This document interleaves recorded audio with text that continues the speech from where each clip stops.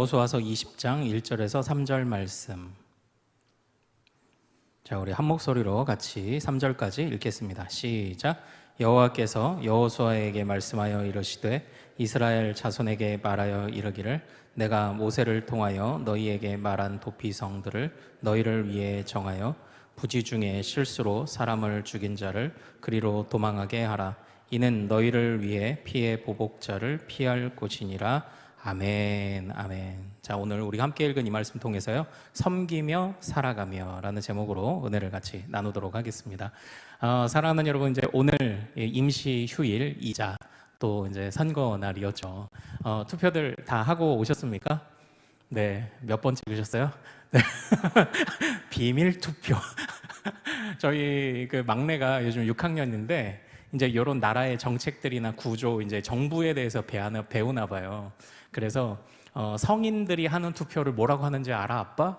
그래서 잘 생각을 안 해본 거예요. 당연히 그냥 만 19세 이상 하면 투표하겠지 생각을 한 거지, 그걸 보통 선거라고 한대요.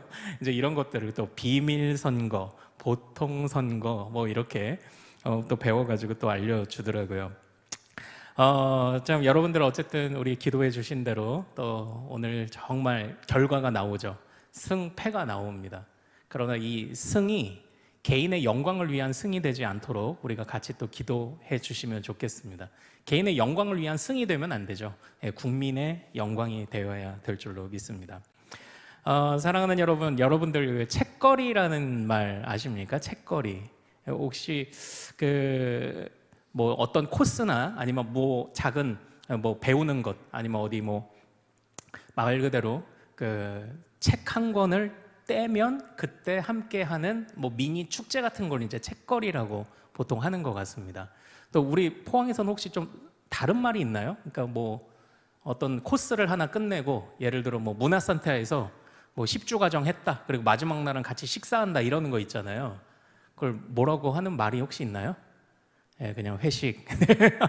네, 책거리라는 이제 저는 그런 용어를 좀 썼습니다. 그래서 청년부 때에도 성경 공부 교재 한 권을 끝내면 그날은 다 같이 가서 맛있는 거 먹고, 그리고 서로 이제 느낀 점 나누고 하는 이제 그런 책거리를 좀 많이 했던 것 같습니다. 오늘 우리가 살펴보고자 하는 본문은요, 마치 책거리를 하듯이 이제 가나안 땅의 분배가 끝난 시점입니다. 가나안 땅의 분배가 끝났어요. 그러면 어떻게 해야 됩니까? 이제 축제를 벌이고 진짜 책거리를 하고 회식을 하고 해야 될 것 같잖아요. 그런데 가나안 땅의 분배가 끝나고, 특별한 것은 우리가 지난주에 살펴본 말씀대로 갈렙에게서부터 분배가 시작되었다가 여호수아에게서 분배가 끝나요. 이 갈렙과 여호수아는 어떤 사람이었죠? 믿음의 사람, 유일하게 할 수 있다고 했던 정탐꾼. 그 두 사람에게서 시작과 끝이 이어지고 나서 이제 그 다음 장면은 이제 책거리를 하든 회식을 하든 해야 될 것 같은데, 이 20장에서 갑자기 도피성이라는 것이 언급되기 시작합니다.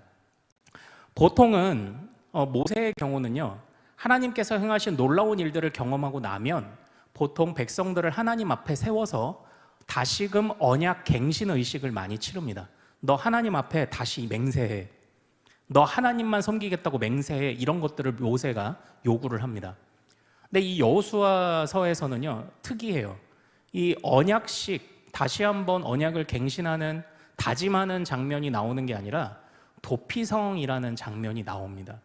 그래서 우리가 이 부분을 좀 어떻게 보면 좋을지 한번 좀 생각을 해보면 좋을 것 같습니다. 이 도피성이라는 것은요, 총 가나안 땅에 이스라엘이 정복한 땅이라고 하는 게 더 맞을 것 같아요. 정복한 땅에 총 몇 개가 생겼을까요? 몇 개가 있을까요? 우리 첫 번째 화면을 보고 한번 같이 읽어보죠. 도피성이 몇 개인가? 자, 시작. 너희가 줄 성읍 중에 6을 도피성이 되게 하되 세 성읍은 요단 이쪽 요단 동편에 두고 세 성읍은 가나안 땅 요단 서편에 두어 도피성이 되게 하라. 아멘. 총 몇 개요? 6개. 그래서 요단강 동편에 3개, 그리고 요단강 서편, 즉 가나안 땅에 3개를 두게 했어요. 근데 제가 이 말씀을 제목을 뭐라고 했냐면 도피성에 빨리 도착할 수 있게 하라라고 이렇게 했잖아요. 이제 그림을 보면, 지도를 보면 좀 이해가 됩니다. 다음 화면 한번 볼까요? 도피성이 지금 이렇게 구성되어 있는데 이스라엘의 남부, 중부, 북부에 걸쳐서 동서로 이렇게 되어 있어요. 사실 요 동쪽 편에 있는, 요단강 동쪽 편에 있는 도피성의 위치에 물음표가 있잖아요. 저기는 정확한 지명이 나오기보다는 지파의 이름이 기록되었습니다. 그래서 정확한 지명이 언급되진 않았지만 대체로 남부에 2개, 중부에 2개, 북부에 2개, 그래서 빨리 그곳에 도착할 수 있도록 구성을 한 게 바로 이 도피성입니다. 그런데 이제 화면 내려주십시오. 저 하얀 글씨가 6개 도피성이에요. 자, 그런데 이 도피성의 목적이 뭔가요? 이 도피성의 목적은 바로 살인자가 피신할 수 있도록 해주는 그런 성인 거예요. 참 어떻게 보면 이상하죠. 아니, 주님이 사랑의 하나님이신 건 알겠는데 하다 이제는 살인한 사람이 합법적으로 도피할 수 있는 데까지 만드시나? 이제 이런 생각이 들 수도 있잖아요. 살인자를 피신하게 함. 그래서 빨리 피신할 수 있도록 남부에 2개, 중부에 2개, 북부에 2개, 동서로 이렇게 배치를 했고요. 심지어는 하나님이 이전에 모세에게 어떻게까지 이 도피성에 관해 명하셨냐면, 다음 화면을 한번 보죠. 같이 읽습니다. 시작. 내 하나님 여호와께서 내게 기업으로 주시는 땅 전체를 세 구역으로 나누어 길을 닫고, 심지어는 길을 내라는 명령까지 하셨습니다. 그곳에 총 6개, 그러니까 모세가 전승에 따르면 모세가 아마 3개를 세웠고 여호수아가 3개를 세웠을 것이라고 이렇게 전승이 이어져 오는데, 그곳에 위치도 적절하죠. 빨리 도착할 수 있도록, 심지어는 살인자가 빨리 피신할 수 있도록 길도 닦으라는 명령을 지금 주님이 주셨습니다. 그러니까 참 조금 만약에 이 도피성에 관해서 잘 모르면 이게 언뜻 이해가 되지 않아요.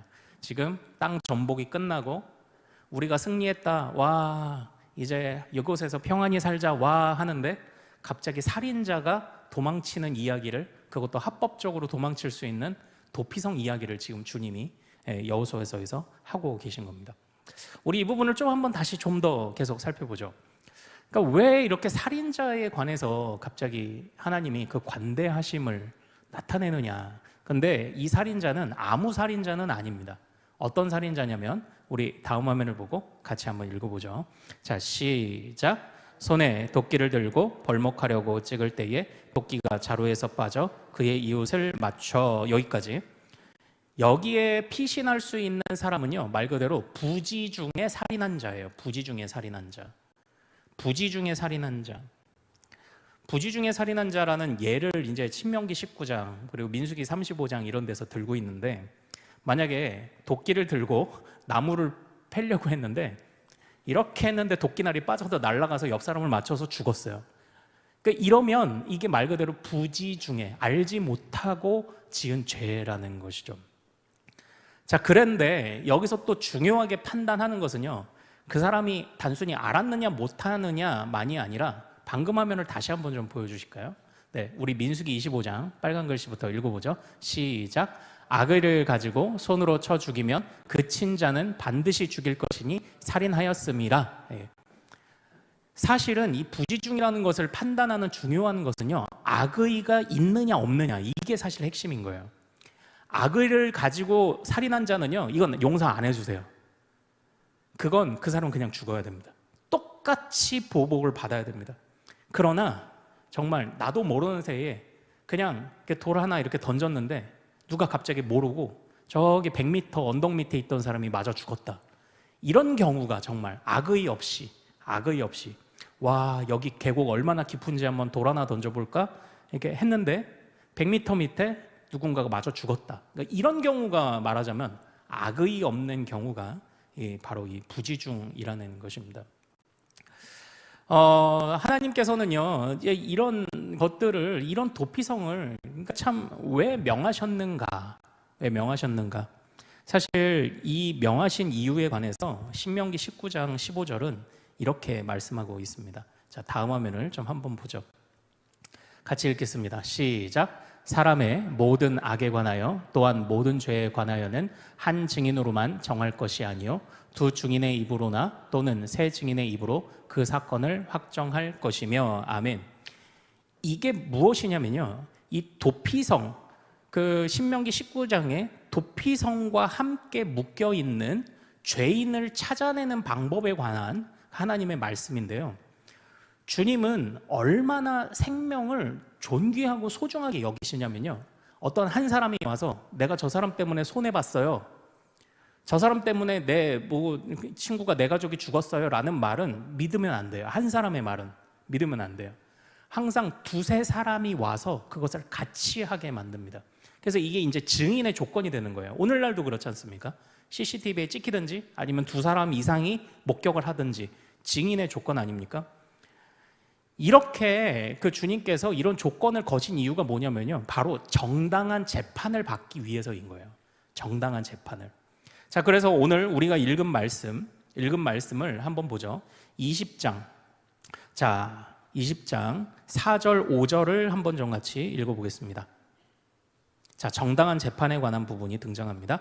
자, 성경을 보고 20장 4절 5절 시작. 이 성읍들 중에 하나는 도피하는 자는 그 성읍에 들어가는 문 어귀에 서서 그 성읍의 장로들의 귀에 자기의 사건을 말할 것이요 그들은 그를 성읍에 받아들여 한 곳을 주어 자기들 중에 거주하게 하고 피해 보복자가 그의 뒤를 따라온다 할지라도 그들은 그 살인자를 그의 손에 내주지 말지니 이는 본래 미워함이 없이 부지 중에 그의 이웃을 죽였음이라. 아멘.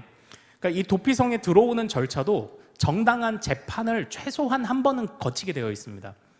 그 성전 입구 또는 그 성벽 입구는 항상 그 판단하는 사람들이 서 있는 그 재판 장소 같은 곳이었습니다. 그곳에서 헐레벌떡 이게 잘 닦인 길로 도망온 사람이 있는데 제가 이곳에 숨어 있을 수 있게 해주십시오 라고 하면 묻는 거예요, 그 지역의 장로들이. 그래서 그 지역에 있는 사람들이 이 시시비비를 가리는 거죠.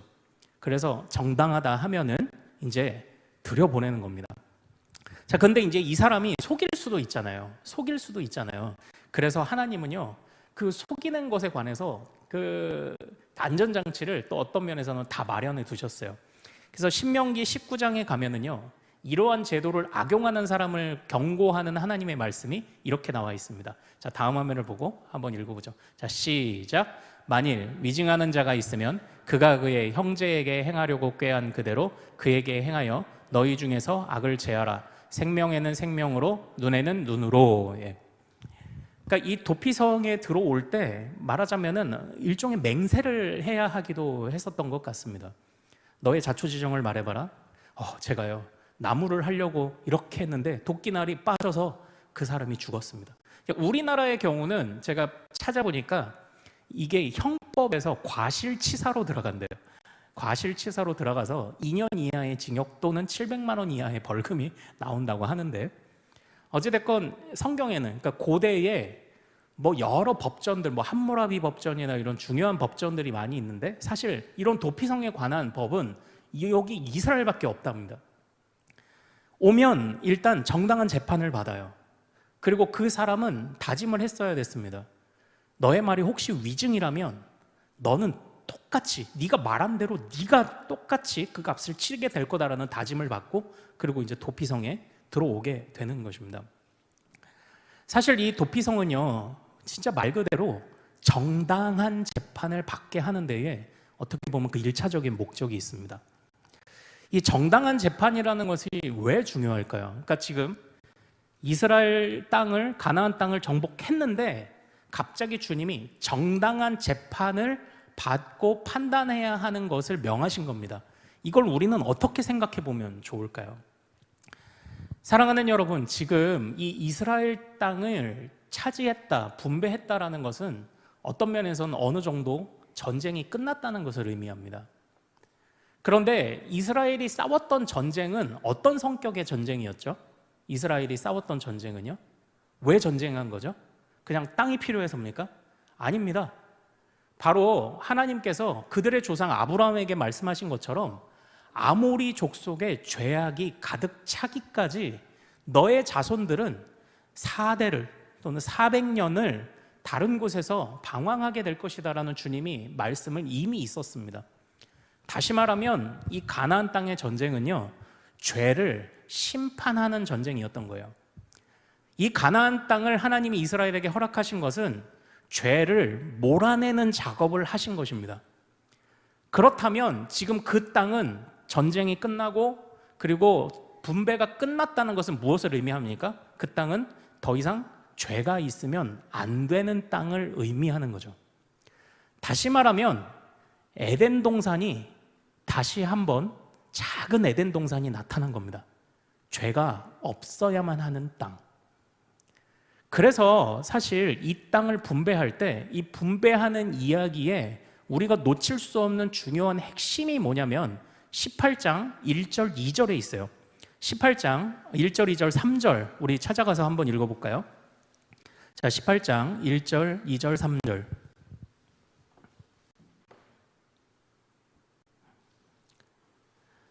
자, 여호수아서 18장 1절 2절 3절 읽어보겠습니다. 시작. 이스라엘 자손의 온 회중이 실로에 모여서 거기에 회막을 세웠으며 그 땅은 그들 앞에서 돌아와 정복되었더라. 그러나 이스라엘 자손 중에 그 기업의 분배를 받지 못한 자가 아직도 7지파라. 여호수아가 이스라엘 자손에게 이르되 너희가 너희 조상의 하나님 여호와께서 너희에게 주신 땅을 점령하러 가기를 어느 때까지 지체하겠느냐. 자, 이것이 이제 무슨 말이냐면 너희들은 빨리 점령하고 분배해라 라고 여호수아가 명령을 내리는데 그 명령의 근거가 뭐냐면 실로라는 곳에 세워진 회막이라는 겁니다. 이 회막이 뭐냐면요, 하나님께 예배드리는 장소인데 이 회막을 뜻하는 단어가 또 이후에는요, 이게 성막으로 번역되는 곳입니다. 근데 이 성막으로 번역되는 이 단어가 어디에서 파생되어 온 단어냐면 바로 우리가 뭐 쉐카이나 영광, 쉐키나라고 하는 찬양도 있는데 이게 하나님의 현현, 하나님의 머무심, 하나님이 함께하심을 상징하는 바로 그런 단어에서 파생한 곳이 성막이에요. 그러니까 성막은 그냥 단지 예배드리고 끝나는 곳이 아니라 하나님이 함께하시는 곳이라는 의미를 가지고 있는 겁니다. 즉 다시 말하면 이스라엘 땅을 지금 정복하고 있는데 정복하고 분배했는데 이 땅의 중심에는 누가 계시죠? 하나님이 머무시는 거예요. 그리고 그 땅은 어떤 땅이죠? 죄악을 심판하는 전쟁이 그친 땅입니다. 그래서 우리는 이것을 뭐라고 표현할 수 있습니까? 작은 에덴이 다시 생겨난 거예요. 하나님이 중심에 계셔서 그곳에서 왕이 되시고 또한 더 이상 죄가 없는 땅이 마련된 것입니다. 그곳에서 애매한 상황이 벌어짐을 통하여 그러니까 생각해보면 사실 어이없이 죽은 사람 가족들이 보면 억울하죠. 억울하죠. 이 어이없이 죽은 사람의 가족들이 보면 대부분 이 도끼자루를 제대로 정비하지 못하고 날려버렸던 물론 부지중이라고 하지만 이 사람에게 보복하고 싶을 거예요. 너 왜 우리 아버지 돌아가시겠어? 라고 보복하게 할 겁니다. 그러나 이 부분이 우리가 중요하게 생각해 봐야 할 부분들이 뭐냐면 이제는 더 이상 자신의 욕망 또는 사람의 생각을 따르는 판단에서 머무는 전쟁은 더 이상 벌어져서는 안 되는 겁니다. 오직 하나님의 기준과 하나님의 뜻에 의해서 정당하게 벌어지는 일들만이 앞으로 이 땅에서는 벌어져야 돼요. 사람의 생각과 사람의 욕망 또는 사람의 마음에서부터 출발하는 모든 보복이랄지 전쟁은 더 이상 안 되는 겁니다. 공식적인 죄를 심판하는 전쟁은 끝났습니다. 그래서 이 도피성으로 피하게 한 후에 정당한 재판을 받기까지 이 사람을 보호하는 목적을 가진 것이 바로 이 도피성이라는 것입니다. 사랑하는 여러분, 결국 여기서 우리는 주님이 이 도피성을 왜 명하셨는지 아십니까? 그 의미를 찾아내야 합니다. 왜 명하셨냐면요, 이 땅은 내가 주인되어 내가 너희에게 허락한 땅이니 나의 방법대로 이 땅은 살아내어야 한다는 것을 말씀하시는 첫 번째입니다. 그 첫 번째가 너희들이 함부로 판단자가 되지 말라는 것입니다. 심지어는 목숨을 잃을지라도 이 땅은 더 이상 너희의 욕심이든 너희의 생각이든 그 어떤 것도 앞설 수 없는 땅이니 중앙에서 왕으로 임재하여, 성막이라는 곳에 상징되는 왕으로 임재하여 계시는 그 주님께서 다스리시는 대로 이 땅을 너희가 가꾸며 살아가야 한다는 것을 명하시는 바로 첫 번째 명령이었던 거예요. 다시 말하면 이 도피성은요, 그냥 살인자 도와주자, 단순한 정당한 재판, 그것만이 아니라 어떻게 보면 하나님 앞에 지금 다짐을 받고 있는 겁니다. 이것은 사실 언약 갱신 의식과 다르지 않은 거예요. 너 이제부터 하나님의 뜻대로 살 수 있어? 이 땅은 그래야만 하거든. 더 이상 사람의 생각이든 죄악이든 너희들의 욕망이든 욕구든 너희들의 마음이든 어떤 것도 앞설 수 없는데 너 그렇게 살 수 있어? 심지어는 너희 생명이 사라진다 할지라도 그렇게 살 수 있어? 지금 그것을 묻는 것이 바로 이 도피성입니다. 물론 이 도피성은요, 값싼 도피처가 되는 것은 물론 아닙니다. 왜냐하면 우리 다음 화면을 보고 한번 좀 같이 읽어볼까요? 자, 다음 화면. 자, 우리 요거 말씀 한번 같이 읽어보죠. 자, 시작. 내가 무엇을 하였느냐? 내 아우의 핏소리가 땅에서부터 내게 호소하느니라. 땅이 그 입을 벌려 내 손에서부터 내 아우의 피를 받았은즉 내가 땅에서 저주를 받으리니 아멘. 제가 요거 하나 잠깐 빠뜨렸어요. 왜 그 땅이 하나님의 법칙으로 다스려져야 하느냐? 이전에 에덴 동산에서 쫓겨난 이후에 제일 먼저 벌어졌던 안타까운 사건은 바로 아담의 아들 가인이 동생 아벨을 쳐 죽인 사건입니다. 그때의 주님은 네가 왜 가인에게 네가 왜 아벨을 죽였느냐? 너 살인자다 이러고 끝나시지 않고 방금 화면을 다시 한번 좀 보여주실까요? 자, 이 빨간 글씨만 한번 읽어보죠. 시작. 내 아우의 핏소리가 땅에서부터 내게 호소하느니라. 내가 땅에서 저주를 받으리니. 가인이 단지 아벨을 죽였다, 아벨이 죽임을 당했다로 끝나는 것이 아니라 주님이 뭐라고 말씀하시냐면 땅이 호소하고 있다고 그렇게 이야기를 합니다. 지금 그의 죄악과 그 가인의 판단에 의해서 하나님이 허락하신, 물론 에덴은 아니었어요. 하지만 그래도 하나님이 살게 하셨던 땅이 오염됐다고 말하는 겁니다. 그런데 그 오염이라는 건 폐수가 흐르는 그런 오염을 말하는 게 아니고요, 하나님이 다스리시는 땅에 너희의 생각으로 오염했다라는 거죠. 그런데 심지어 가인은 또 어떤 사람이었습니까? 가인은 자기가 잘못하고 자기가 쳐 죽인 사람이잖아요. 자기가 잘못해놓고 자기가 하나님 앞에 합당하지 못한 예배를 드려놓고 하나님이 아벨의 예배를 받으시는 당연한 사건에 대해서 자기가 판단자가 됐잖아요. 사랑하는 여러분, 에덴 동산의 중요한 특징은 뭐였을까요? 하나님이 그곳에 계시는 겁니다. 선악과로 상징되는 하나님이 그곳에 계시는 것이 에덴 동산의 특징이었습니다. 또 에덴 동산의 특징은 뭘까요? 하나님의 뜻대로만 운영되던 곳이 에덴 동산이었습니다. 지금 이 가나안 땅이 다시 그 땅으로 세워진 것입니다. 작은 에덴으로 세워졌습니다. 하나님은 그 중심에 성막에 거하시고 또 하나님께서 명하시는 대로만 그 땅을 살아내어야 그곳에서 살아갈 수 있는 땅이라는 것입니다. 그래서 주님이 이 도피성의 말씀을 통해서 묻고 계신 겁니다. 너희가 땅을 오염시켜서는 안 된다. 하나님이 너희에게 준 이 터전을 오염시켜서는 안 된다. 하나님이 이곳에서 철저하게 왕이 되셔야 한다. 하나님이 이곳에서 너희를 다스리셔야 한다. 너희가 살아가는 이 땅은 너희의 힘으로 얻어진 것이 아니다. 하나님이 주신 땅이다. 누가 주인이냐를 너는 항상 생각해라. 네가 주인이 아니다. 하나님이 주인이다. 사랑하는 여러분, 도피성에서 주님께서 이러한 명령을 주시고 다짐을 받아내시는 겁니다. 너 누가 주인인지 생각해. 네 생명이 위협받는 그때에도 하나님이 주인이라고 할 수 있니? 섣부른 너의 판단과 섣부른 너의 생각으로 하나님을 앞질러 가지 않을 자신이 있니? 그래야만 해. 그래야만 해. 지금 그것을 우리에게 묻고 있죠. 그러나 이 도피성은요, 값싼 도피성, 그런 곳은 값싼 은혜를 말하는 그런 곳은 아닙니다. 우리 다음 화면을 보고 한번 같이 읽어볼까요? 자, 같이 읽습니다. 시작. 또 도피성에 피한 자는 대제사장이 죽기 전에는 속전을 받고 그의 땅으로 돌아가 거주하게 하지 말 것이니라. 아멘, 아멘. 자, 이제 오늘 이 말씀을 보면은요, 우리가 읽은 이 여호수아 20장 6절에도 이 부분이 등장을 하는데 도피성에 그럼 언제까지 머무를 수 있느냐? 대제사장이 죽을 때까지 머무를 수 있어요. 그게 나름의 공소시효였던 겁니다. 그런데 그때에 죽을 때까지 머물 때에 지금 뭐라고 말하냐면 공소시효가 도피성에서 있어야 하는 기간 이전에 본래 고향으로 돌아가지 못하게 해라. 이제 이런 말씀을 주실 때 뭐라고 했냐면 속전을 받고 그 땅에 돌아가지 못하게 해라. 이렇게 말해요. 속전이라는 것이 뭐냐면 이게 이제 랜섬이라고 해서요. 이게 뭐 대신 값을 치르는 것을 말합니다. 그러니까 다시 말하면 도피성에 들어온 사람은 어쨌든 함부로 판단하는 사람 또는 섣부르게 판단하는 사람에 의해서 죽임을 당하는 것을 피하러 온 거잖아요.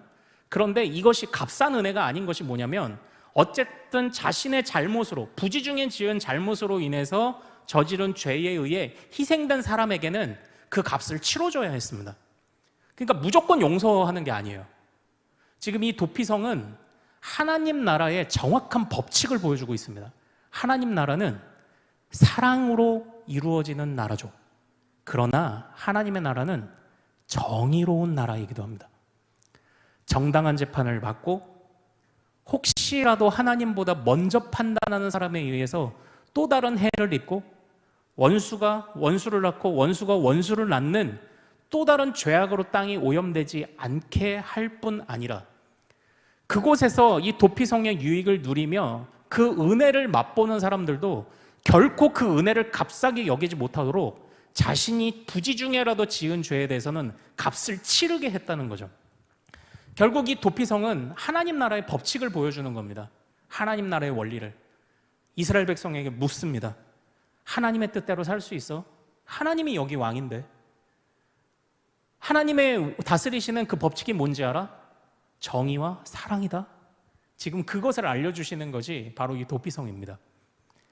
그래서 그 은혜를 입은 자는 은혜를 감사할 뿐 아니라 나로 인하여 혹시라도 민망한 피해를 입은 사람들에게는 그 값을 다 치르며 그 값을 갚고 사랑을 입었으니까 그것을 다시 흘려보냅니다. 정의를 세워갑니다. 또 혹시라도 정의롭지 못한 판단을 받아 죽임을 당할까 봐 먼저 사랑으로 품어줍니다. 같이 가는 거예요. 이게 항상 같이 갑니다. 사랑하는 여러분, 우리는 여기에서 그 하나님의 백성들이 참 살아가는 중요한 원리를 이제 보게 됩니다. 오늘날 가나안 땅은 어딘가요? 오늘날 이 여호수아서가 우리에게 주는 이 가나안 땅은 어디입니까? 저는 구원받은 우리 인생 전체라고 생각합니다. 물론 우리가 장차 들어갈 천국이겠죠. 그러나 그 천국에 들어가서는요, 모두가 하나님 앞에 온전케 된 자들만 들어가기 때문에 그곳에서는 다툴 일이 없을 겁니다. 그러나 이 땅 가운데서도 벌써 하나님께 구원받아 여기서 천국을 맛보는 우리들에게는 중요한 숙제가 주어지죠. 바로 사랑 그리고 정의의 균형입니다. 하나님이 베푸시는 사랑을 값싸게 여기지 않으며 또한 그 사랑이 무질서하게 되지 않도록 하나님의 정의를 함께 생각하며 공정하고 공의롭고 정의로움을 함께 꿈꿔가는 것. 자, 그런데 이렇게 하면 조금 어렵죠. 이렇게 하면 좀 어렵죠. 자, 여기서 이제 우리가 생각해 봐야 할 중요한 또 언급할 수 있는 교훈은 바로 이런 부분을 이야기할 수 있을 것 같습니다. 자, 우리 다음 화면을 보고 마지막 슬라이드인데요. 같이 한번 말씀을 읽어보죠. 자, 시작. 여호와께서 가인에게 이르시되 내가 분하여 함은 어찌 됨이며 안색이 변함은 어찌 됨이냐. 내가 선을 행하면 어찌 낯을 들지 못하겠느냐. 선을 행하지 아니하면 죄가 문에 엎드려 있느니라. 죄가 너를 원하나 너는 죄를 다스릴지니라. 아멘. 주님이 이 도피성을 명하신 것은요, 죄인들의 상태가 어떤 상태냐면 자기의 동생을 쳐 죽인 가인을 보면 정확하게 알 수 있어요. 주님이 가인 마음속에 동생 죽여야지 하는 마음이 생겨난 것을 보고 경고하셨습니다. 네 마음 다스려라. 그런데 가인은 그 마음을 다스리지 못하고 주님이 경고하셨음에도 불구하고 그냥 자기가 툭 튀어 나가버린 겁니다. 그래서 미련한 판단일 뿐만 아니라 죄악일 뿐만 아니라 자기 마음이 하나님보다 먼저 앞서갔죠. 그래서 어디까지 갔어요? 동생을 쳐 죽이는 데까지 그의 마음이 먼저 앞서갔습니다. 사랑하는 여러분, 이 도피성에서 무엇을 우리가 보자고요? 사랑이 무질서하거나 값싼 사랑이 되지 않도록, 은혜가 값싼 은혜가 되지 않도록 우리는 정의를 함께 세워야 합니다. 또는 정의라는 것이 그것이 너무 삭막한 칼을 휘두르는 것이 되지 않도록 사랑이 함께 가야 합니다. 이 균형을 보자고 했잖아요. 그러나 제가 이 모든 것을 아울러서 마지막으로 여러분들에게 그리고 저에게 부탁드리고 싶은 것은 바로 이것입니다. 마음을 다스리라는 겁니다. 마음을 다스리라는 겁니다. 사랑하는 여러분, 우리는 이 세상을 살아가는 가운데 참 많은 일들을 겪고 마음이 오르락내리락, 심지어는 부지 중에 누군가가 지은 죄에 의해서 겪는 억울함뿐만 아니라 마음이 오르락내리락 하는 일들이 참 많습니다. 그러나 그럼에도 불구하고 주님이 우리에게 원하시는 것은요, 마음을 다스리는 것입니다. 마음을 다스리라, 마음을 다스리라. 어찌 보면 화가 나죠. 그런데 그 화가 그러면 내가 화도 내지 말고 막 그래야 되냐? 단순히 그런 말이 아니고 당신이 내고 있는 그 화가 정당한지를 마음을 살피라는 겁니다. 분명히 나의 불편함을 표현해야 될 때가 있을 겁니다. 그리고 또는 나의 억울함을 표현해야 될 때가 있을 겁니다. 그러나 우선은 그것이 섣부른 판단이 되지 않도록 정확한 절차들을 거쳐서 그것이 검증될 수 있도록, 섣부르게 나아가지 않도록 정확하게 판단할 수 있도록 첫째, 마음을 다스리라는 거죠. 만약 가인이 마음을 다스렸다면 어떻게 됐었을까요? 울그락불그락하고 때로는 아벨이 보기도 싫고 아벨이 말 걸어도 한동안 됐어 했을지 모르지만 적어도 살인은 안 했을 겁니다. 오늘날 우리가 살아갈 때에 이 마음이라는 것이 참 얼마나 중요한가요? 제가 오후 예배를 통해서 몇 번 소개했던 것이 있죠. 조나단 에드워즈 목사님의 신앙 감정론에 관한 것입니다. 우리 감정이라는 것은요, 우리가 감정에 솔직한다고 말하는 것이요, 저는 굉장히 무서운 말이라고 생각합니다. 때로는 우리가 참기도 하겠고 말하지 못해서 끙끙거리는 순간들도 있겠지만 우리가 우리의 감정에 솔직한 순간, 모두가 감정에 솔직한 순간 걷잡을 수 없는 수많은 가인들이 아마 일어날지도 모릅니다. 그러나 주님은 마음에 솔직하라고 말씀하시기보다는 마음을 다스리라고 말씀하십니다. 지금 네가 누리고 있는 은혜와 사랑이 값싼 은혜와 사랑은 아니니? 지금 네가 말하는 정의가 칼을 휘두르는 잔인한 정의는 아니니? 그것을 우리에게 묻고 계십니다. 사랑하는 여러분, 마음이 참 하루에도 12번씩 오르락내리락 하는 이때에 우리의 마음을 먼저 다스릴 수 있기를 소망합니다. 그게 하나님의 백성들의 마땅한 삶이라고 이 도피성이 우리에게 보여주고 있습니다. 그러므로 절망의 순간이 올 때 조금만 덜, 너무 섣부르게 절망하지 마시고, 분노해야 할 일들이 있을 때 너무 섣부르게 분노하지 마시고, 이 일들이 그냥 덮어두라는 건 아닙니다. 정당하게 판단받을 수 있도록 하시라는 겁니다. 정당하게 이 일들의 시시비비를 가릴 수 있도록 하라는 겁니다. 저는 이제 가끔 어떤 노회든 이런 곳에 가면요, 좀 안타까운 모습을 볼 때가 있어요. 우리 총회든 노회든 다 잘하는 일들만 있겠습니까? 그 안에 분명히 문제가 발생하거든요. 그리고 나름대로 조사위원들을 꾸리기도 하죠. 그런데 제가 이전에 이제 목사 초년생일 때 경험했던 어떤 노회에서는 이런 일이 있었습니다. 누군가 어떤 목사님 분명히 잘못을 하셨습니다. 그리고 그것으로 인하여 많은 사람들이 피해를 입었습니다. 그랬는데 갑자기 그 노회에 어느 한 원로가 나오셔서, 원로 목사님 나오셔서 갑자기 사랑으로 덮읍시다 이래버리니까 아무도 더 이상 말을 할 수 없었습니다. 자신은 나와서 고상하게 사랑을 말했지만 그 수많은 피해자들의 마음을 헤아리지 못했습니다. 정의가 없었던 거죠. 공정한 재판도 받지 못하고 사랑으로 덮읍시다 한마디에서 모든 상황이 종료된 것이 아니라 더 애매해졌습니다. 참 이런 모습들을 보면서 오늘 저는 이 도피성 말씀이 참 우리에게 중요한 그 가르침을 주고 있다고 생각을 합니다. 마음을 다스리라. 그리고 정당하게 판단하라.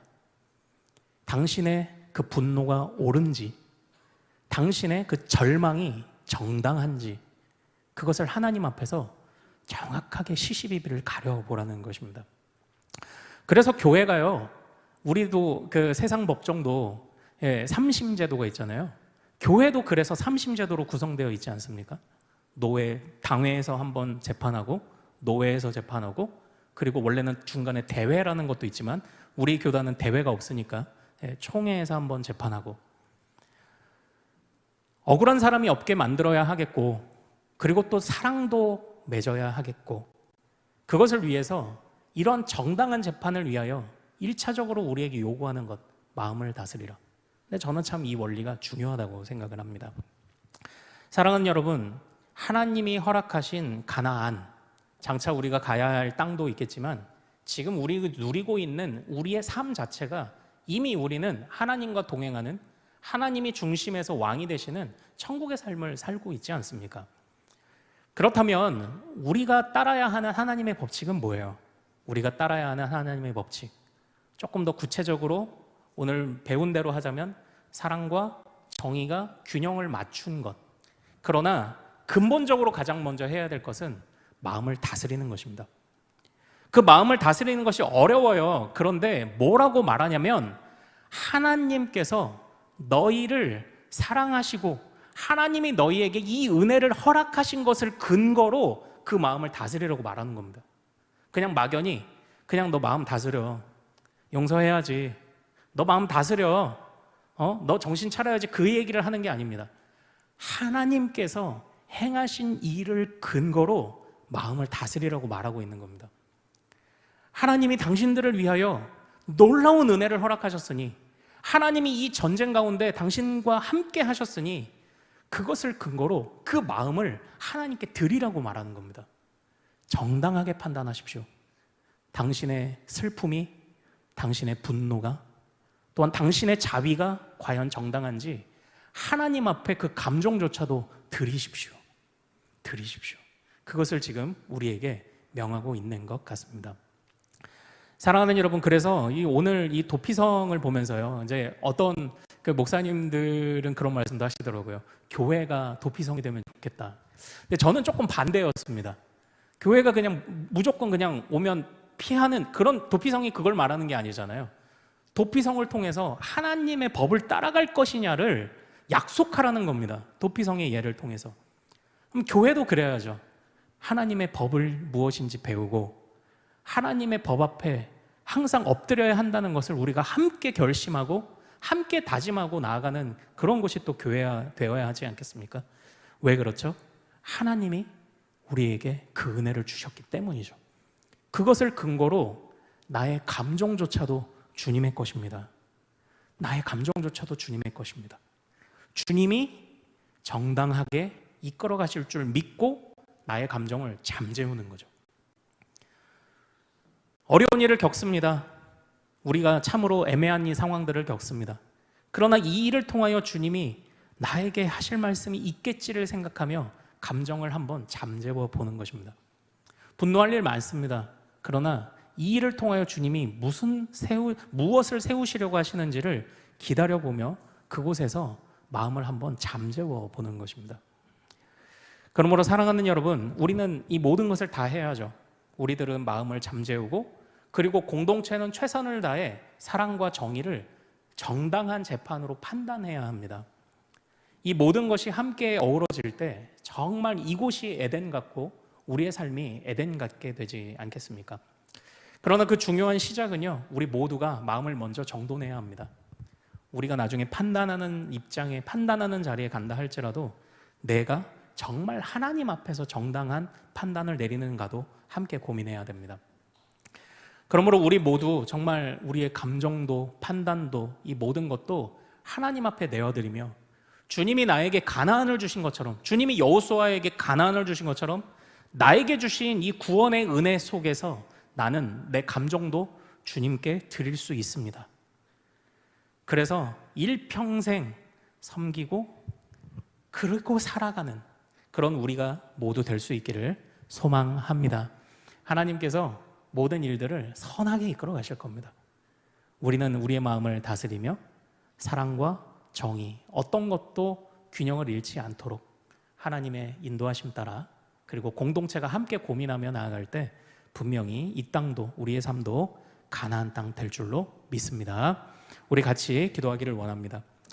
그래서 처음으로 여러분과 제가 같이 나누고 싶은 찬양은요, 정결한 마음 주시옵소서예요. 이 정결한 것, 죄라는 것은 무언가 굉장히 잘못한 것들이 죄라고 생각 보통 하죠. 그러나 섣부르게 주저앉는 것도 죄 아닐까요? 섣부르게 판단하는 것도 죄 아닐까요? 또는 사랑을 값싸게 만드는 것도 죄 아닐까요? 정의를 너무 칼을 휘두르듯 하는 것도 죄가 아닐까요? 하나님, 내가 내 마음 먼저 주님께 내어놓습니다. 선하게 판단하고 다스릴 수 있는 마음 주옵소서. 우리 이 찬양 같이 나누도록 하겠습니다. 정결한 마음 주시옵소서. 오 주님, 정직한 영을 새롭게 하소서. 다시 한번 정결한 마음, 정결한 마음 주시옵소서. 오 주님, 정직한 영을 새롭게 하소서.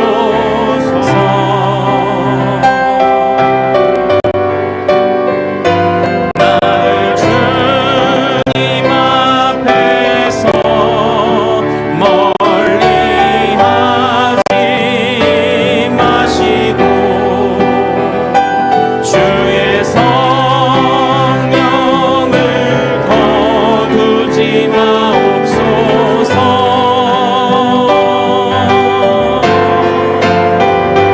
그 구원의 기쁨 다시 회복시키시고 변치 않는 마음 내 안에 주소서. 정결한 마음 주시옵소서. 정결한 마음 주시옵소서. 오 주님, 정직한 영을 새롭게 하소서. 정결한 마음 주시옵소서. 정결한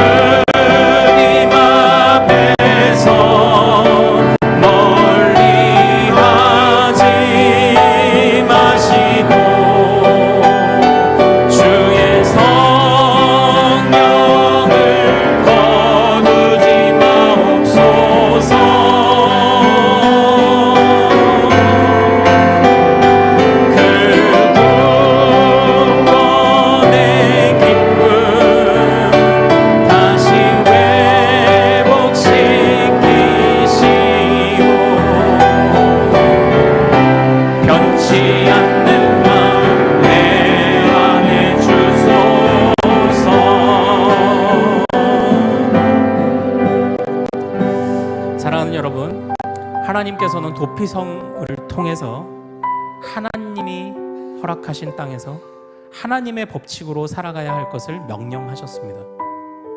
그리고 그 법칙은 사랑과 정의가 균형을 이루어 정말 정당한 재판을 통해서 이 사람이 억울한지 또는 사람을 속였는지를 판단하게 하는 것입니다. 정당한 재판을 받기까지, 그러나 이것의 시작은 어떻게 됩니까? 내 마음을 정말 하나님 앞에 먼저 다스리는 것에서 그것이 시작될 줄로 압니다. 부지 중에 가족을 잃은 사람, 내가 내 마음 같아서는 섣부르게 나아가 정말 저 사람에게 해를 가하고 싶지만, 그러나 하나님이 말씀하기까지 기다리고, 또한 우리 안에 어려운 일이 있고 우리 몸이 연약해지며 내 인생이 뜻대로 안 될 때라도 함부로 낙심하지 말고, 함부로 절망하지 말고, 감정이 요동치게 두는 것이 아니라 이 감정도 하나님의 것임을, 내 마음도 하나님의 것임을 우리가 인정하며 살라는 그 메시지를 이 도피성을 통해 주님이 우리에게 주고 계십니다. 가인과 같지 않도록 감정에 솔직하면 죄인된 우리는 가인처럼 됩니다. 그러나 주님의 마음으로 다스려야 합니다. 그래서 사랑과 정의를 이뤄내야 합니다. 우리의 마음을 다스릴 수 있도록 함부로 절망하지 않고, 함부로 슬퍼하지 않고, 또 함부로 하나님의 은혜를 값싸게 여기지 않고, 정말 우리가 그런 마음조차도 주님께 드릴 수 있는 우리가 되도록, 자, 주여 이름 크게 한번 부르고 같이 기도하기를 소망합니다. 주여